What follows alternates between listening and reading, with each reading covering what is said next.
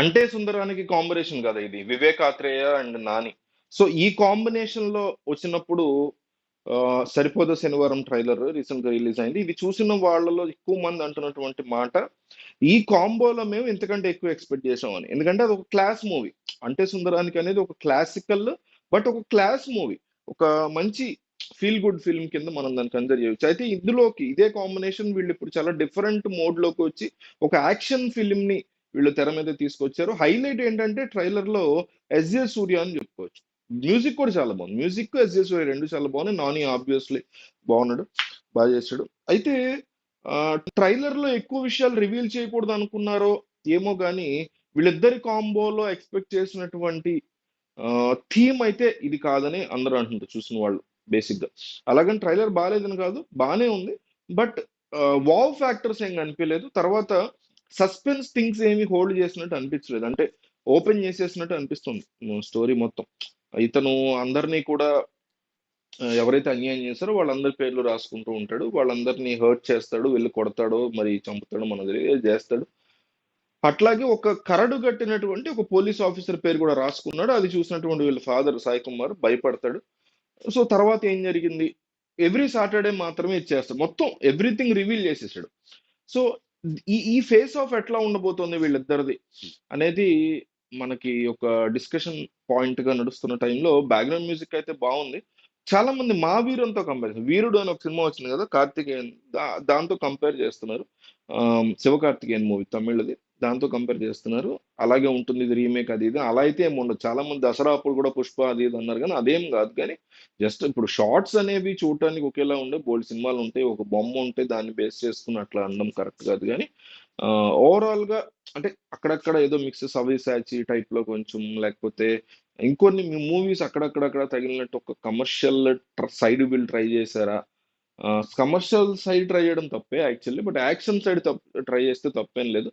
But thing అంతా reveal చేసేసారు. ఇక మూవీలో సస్పెన్స్ థింగ్ ఏమీ లేనట్టే అనిపిస్తుంది నాకు. కానీ అంటే సుందరానికిలో అట్లా కాదు. ట్రైలర్ కట్ బాగుంటది. ఏం జరుగుతుంది వీళ్ళిద్దరి మధ్య, ఒక కెమిస్ట్రీ, ఒక సస్పెన్స్ థింగ్, ఈ లవ్ స్టోరీలో మళ్ళీ ఒక సస్పెన్స్ ఏంటి, ఒక ఫ్యామిలీ ఎమోషన్ ఏంటి, ఇవన్నీ డిఫరెంట్ గా ఉంటది అంటే సుందరానికి ట్రైలర్ కట్. నేను ట్రైలర్స్ వరకు మాట్లాడుతున్నా. సో ఈ ట్రైలర్ కట్ అంత గొప్పగా అనిపించలేదు. స్టార్టింగ్ నుంచి అజయ్ సూర్య యొక్క థింగ్ రివీల్ చేశారు ఎట్లాంటి వాడు అనేది. ఆ, అతన్ని చూస్తూ ఉన్నటువంటి ప్రియాంకారుల్ మోహన్ మళ్ళీ నాని ఆ అమ్మాయి కలిసి ఉండడం, ఆ తర్వాత ఇతని క్యారెక్టర్ రివీల్ చేయడం, ఎట్లాంటి వాడు, ఎట్లా ఎవరినైతే పేరు రాసుకుంటాడు, అన్యాయం జరిగితే ఎవరు ముందు నిలబడతాడు. అంటే ఒక రొటీన్ ఫార్మాట్, అంటే వివేకాత్రేయ లెవెల్లో ఉంది. నానిని పక్కన పెడితే వివేకాత్రేయ లెవెల్లో ఈ రైటింగ్ కనిపించలేదు. లాస్ట్ లో కూడా మీరు పోతాం మొత్తం పోతాం అనేది మనం మీమ్స్ లో వాడేది. అంటే ఇంకేదన్నా తీసుకున్నా బాగుండేది కానీ, అంటే వివేక్ ఆత్రేయ వల్ల ఈ ఎక్స్పెక్టేషన్స్ తప్ప వేరే డైరెక్టర్ తీసుంటే బాగానే ఉందిలేండి అని అసలు వీడియో కూడా తీయం మనం. సో అయితే ఇంకొకటి ఏంటంటే నాకు అనిపించింది, ఇదంతా ఓవరాల్ గా ఒక డిసప్పాయింటింగ్ ట్రైలర్ లానే అనిపించింది. నాట్ వెరీ బ్యాడ్, అట్లాగని not very good, below average కింద నాకు అనిపించింది. అయితే నా నమ్మకం ఓన్లీ నాని. ఎందుకంటే నాకు చాలా ఇష్టమైన హీరో.